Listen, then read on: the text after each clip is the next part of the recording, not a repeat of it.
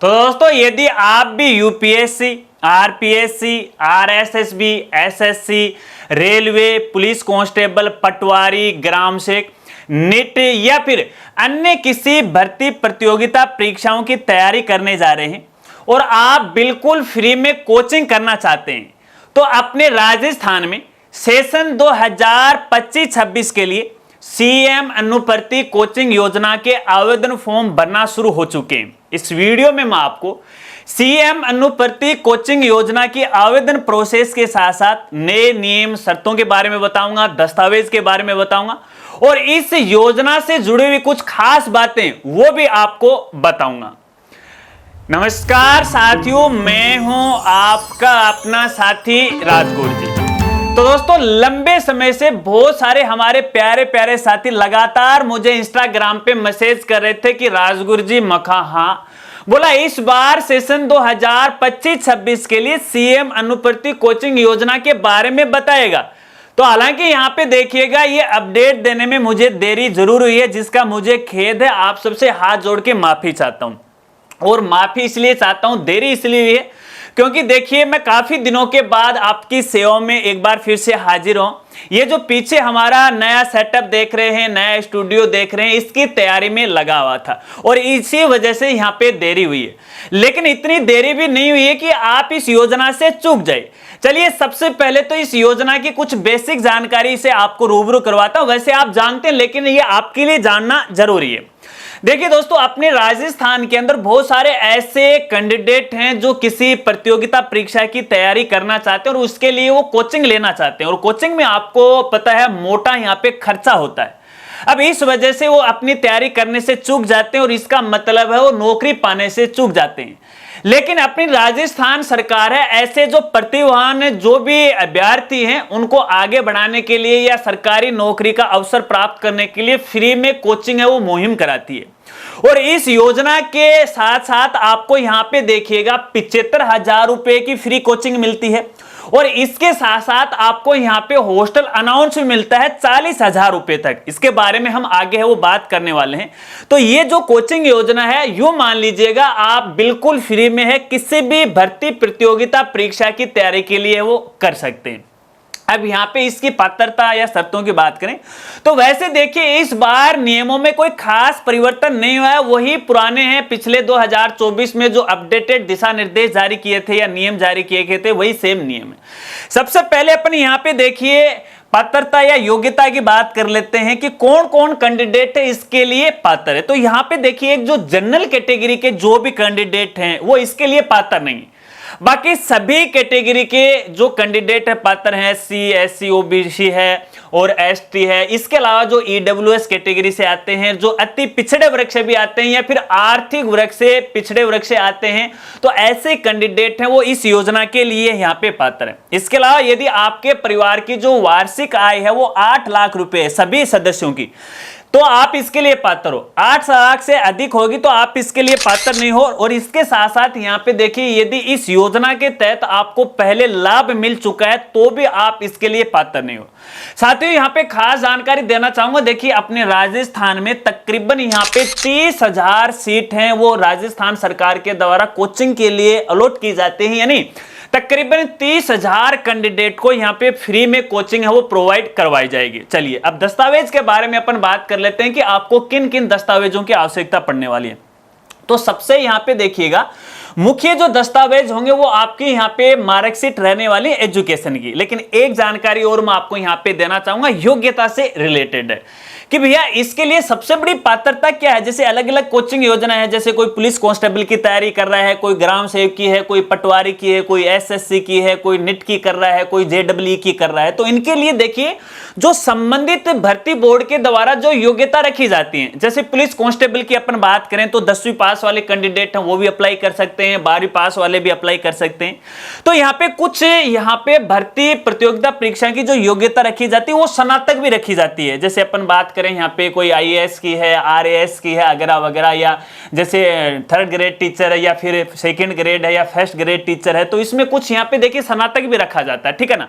तो यहां पे जिस भर्ती प्रतियोगिता परीक्षा के लिए जो योग्यता रखी जाती है वो योग्यता आपके पास होनी चाहिए। या तो आप उसके लिए पास आउट हो या फिर आप फिलहाल लास्ट ईयर में अध्ययनरत हो। मान लेते हैं कि किसी भर्ती प्रतियोगिता परीक्षा की स्नातक योग्यता रखी गई है, तो स्नातक के अंदर जैसे बीए बीएससी के अंदर लास्ट जो अपना ईयर होता है, थर्ड ईयर अपन सामान्य भाषा में बोलते हैं, या लास्ट जो सेमेस्टर होता है उसमें आप अध्ययनरत हो सकते हैं। ऐसा नहीं कि आप फर्स्ट ईयर में हो और अभी आप यहां पे ये कोचिंग के लिए आवेदन करने जा रहे हो, ऐसा बिल्कुल भी नहीं चलेगा। जिसकी योग्यता 10वीं या 12वीं पास है तो उसमें आप अध्ययनरत हो सकते हो और पास आउट भी हो सकते हो। इसका मतलब नहीं कि आप 10वीं में अगले साल हो रहे हो, 9th के आधार पर आप यहां पे फ्री कोचिंग के लिए आवेदन करो, ऐसा यहां पे बिल्कुल भी नहीं चलेगा, ठीक है।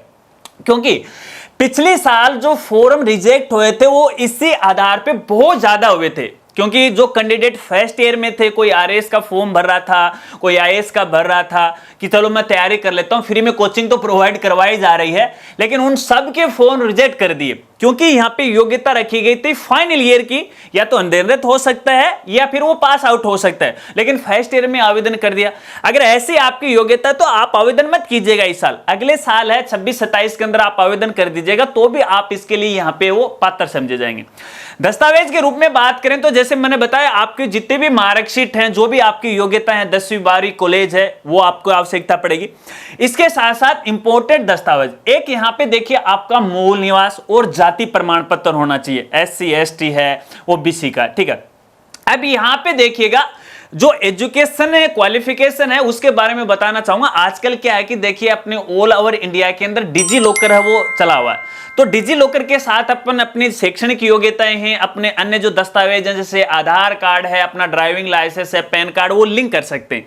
तो एक तो आपके डिजी लॉकर के साथ आपके जितने भी शैक्षणिक योग्यता के दस्तावेज हैं वो लिंक होने चाहिए। इसके साथ साथ अपना जो राजस्थान का जन आधार पोर्टल है, यहां पे देखिए ई-वॉल्ट के नाम से है एक ऐप चलती है अपने राजस्थान में, जैसे डिजी लॉकर चलता है उसी प्रकार से, उस पर भी आपके यहां पे दस्तावेज वो अपलोड होने चाहिए। इसके बारे में मैंने अलग से वीडियो बना रखी है, जिसका लिंक आपको वीडियो के डिस्क्रिप्शन में मिल जाएगा, कैसे अपने दस्तावेज को जन आधार कार्ड के साथ या ई-वॉल्ट के साथ अपन यहां पे लिंक है वो कर सकते हैं।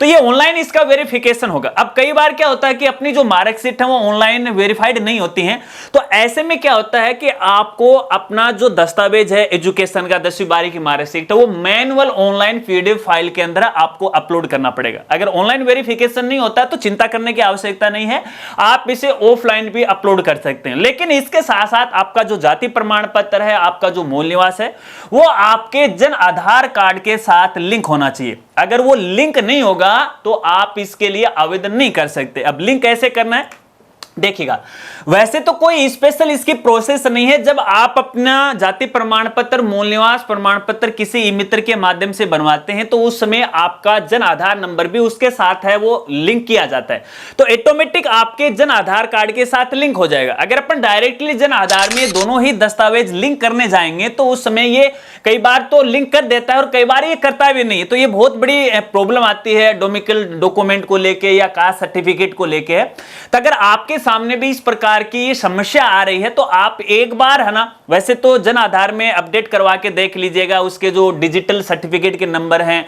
वो उसमें अपडेट करके देख लीजिएगा। अगर वो वेरीफाई हो रहा है तो ठीक है, अगर नहीं हो रहा तो फिर से आपको दोबारा अपना जाति प्रमाण पत्र, मूल निवास प्रमाण पत्र ऑनलाइन ही बनाना है। क्योंकि हाल ही में देखा जाए तो यहाँ पे अपने राजस्थान में जन आधार पोर्टल का नया वर्जन आया 2.0, तो इस वजह से शायद कोई टेक्निकल ग्लिच हो सकता है और यहाँ पे आपका जो दस्तावेज है वो वेरीफाइड है वो नहीं होता है, तो आप दोबारा बना लीजिएगा। बनने की प्रोसेस 2-4 दिन की रहती है, तो ऑटोमेटिक उसके साथ लिंक हो जाएगा। इसके साथ साथ आपके यहाँ पे एक इंपॉर्टेंट डॉक्यूमेंट है, वो है आपका इनकम सर्टिफिकेट।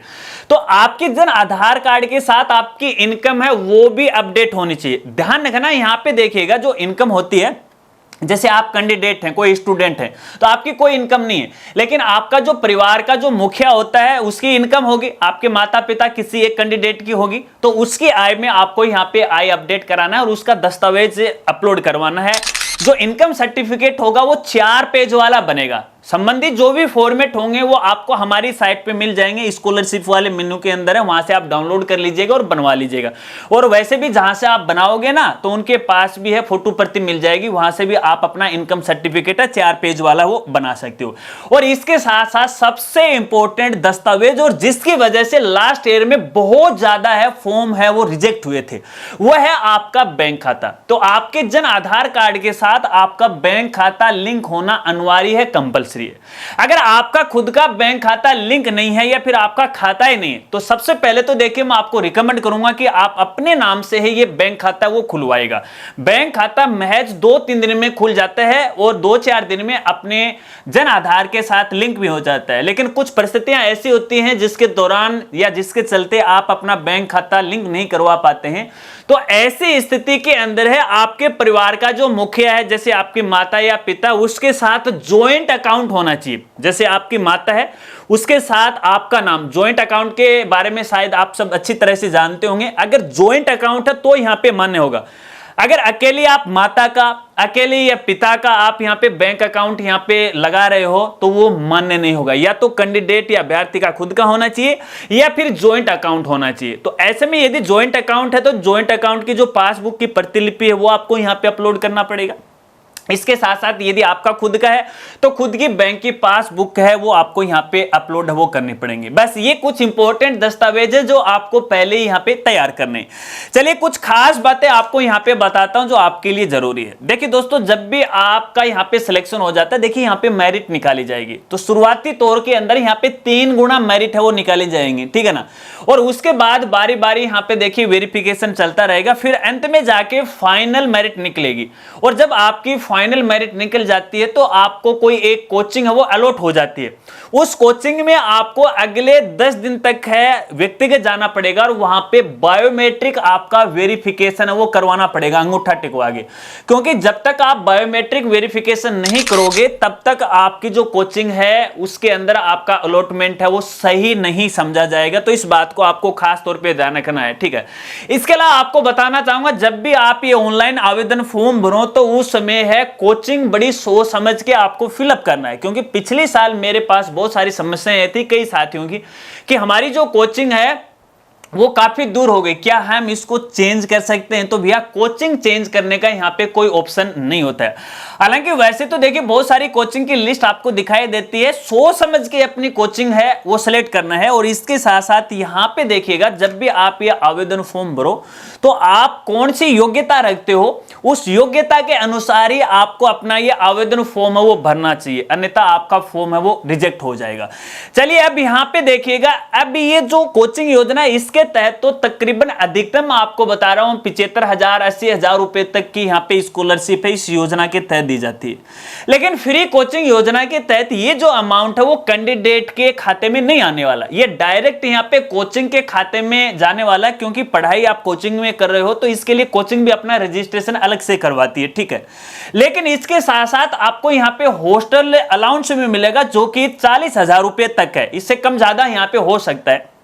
अब देखिए कई बार क्या होता है कि आपकी जो कोचिंग है वो आपके घर से काफी दूर है, तो ऐसे में या तो आप कोई हॉस्टल में रह सकते हो जो प्रमाणित हॉस्टल हो, या फिर किसी किराए के मकान पर भी आप यहां पे रह सकते हो, ठीक है। तो उसके लिए आपको यहां पे देखिए जो किरायानामा है उसकी आपको आवश्यकता पड़ेगी और मंथली यहां पे जो भी किराया उसके बिल की आपको आवश्यकता पड़ेगी। अगर आपको ये अलाउंस लेना है, अगर आपको अनाउंस नहीं लेना है, आप हॉस्टल में नहीं रहते हो, आपके कोचिंग बिल्कुल नजदीक है, तो आपको अनाउंस नहीं दिया जाएगा।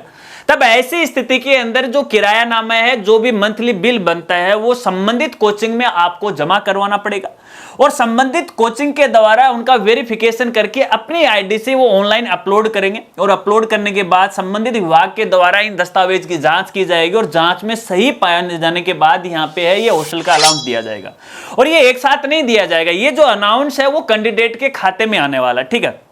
कई किस्तों में दिया जाएगा। जिस प्रकार के यहाँ पे कोचिंग का समय रहता है, जैसे 6 महीने की है, 1 साल की है, 2-3 साल की है, तो उस हिसाब से ये अनाउंस आपको समय के साथ वो मिलता रहेगा। चलिए अब यहाँ पे आवेदन की बात कर लेते हैं। तो यहाँ पे देखिएगा जो आवेदन है वो केवल और केवल ऑनलाइन ही स्वीकार किए जाएंगे और ये जो आवेदन है वो SSO ID के द्वारा ही भरे जाएंगे।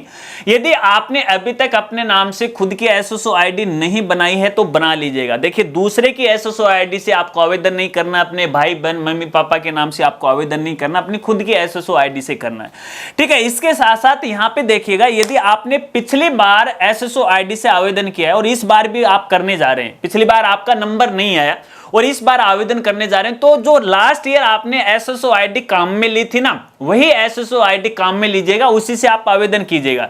क्योंकि मेरे देखने में ये आया है और अभी भी मेरे पास लगातार मैसेज आ रहे हैं कि सर यहाँ पे देखिए ये कोई SSO ID के बता रहा है, आवेदन नहीं कर पा रहा है, और जब मैं इसका वेरिफिकेशन करता हूं तो वो डुप्लीकेट हो पाई जाती है। क्योंकि इनमें अधिकतर जो गलती होती है हमारे ई मित्र वाले साथियों की होती है। जब कैंडिडेट उनके पास आए वो नहीं पूछते हैं कि आपके SSO ID है क्या नहीं, एक नई SSO ID बना डालते हैं और फिर वो आवेदन करने की कोशिश करते हैं, आवेदन होता नहीं है।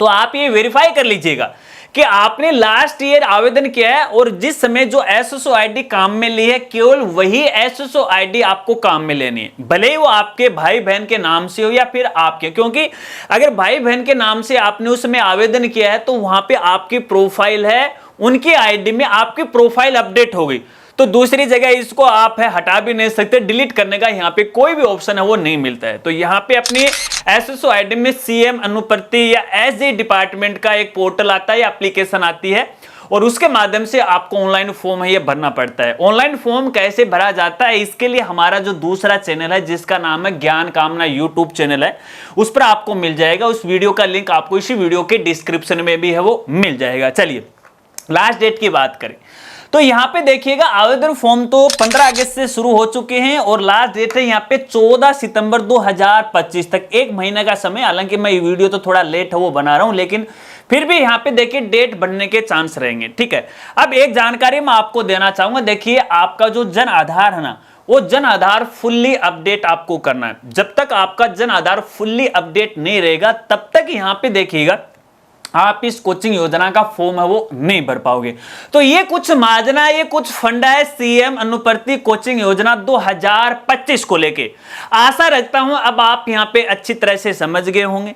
अगर इस योजना को लेके आपके सामने या आवेदन प्रोसेस को लेके कोई समस्या आ रही है तो मेरे साथ आप बेझिझक वो शेयर कीजिएगा, आपकी मदद करने में मुझे खुशी होगी। अब बहुत सारे साथी वीडियो के नीचे कमेंट कर देते हैं, समय पे कमेंट का मैं रिप्लाई नहीं कर पाता हूं तो नाराज हो जाते हैं कि राजगुरु जी तो रिप्लाई नहीं करता, बहुत बड़ा आदमी होगा। अरे भैया ऐसी बात नहीं है, आपके कमेंट में सब पढ़ता हूं और जब एक जैसे कमेंट आ जाते हैं, एक जैसी समस्या आती है तो मैं वीडियो के माध्यम से आपको जानकारी देता हूं। और वैसे आप डायरेक्ट इंस्टाग्राम से भी जुड़ के है मेरे साथ, आप अपनी समस्या है उस पर विचार विमर्श कर सकते हैं, वहां पर भी आपकी मदद करने की कोशिश करूंगा। और इस योजना के बारे में आगे जो भी नए अपडेट आते रहेंगे उन अपडेट की जानकारी आपको हमारे जो सोशल मीडिया प्लेटफॉर्म है जैसे इंस्टाग्राम है, फेसबुक है, ट्विटर है, हमारा टेलीग्राम चैनल है, उस पर आपको देता रहूंगा। और जो भी इंपॉर्टेंट डॉक्यूमेंट है, दस्तावेज है, नियम है, या तो आप उनकी ऑफिशियल साइट से डाउनलोड कर सकते हो या फिर हमारी साइट है जिसका नाम है rajguruji.com है, वहां से भी आप स्कॉलरशिप मेनू से सभी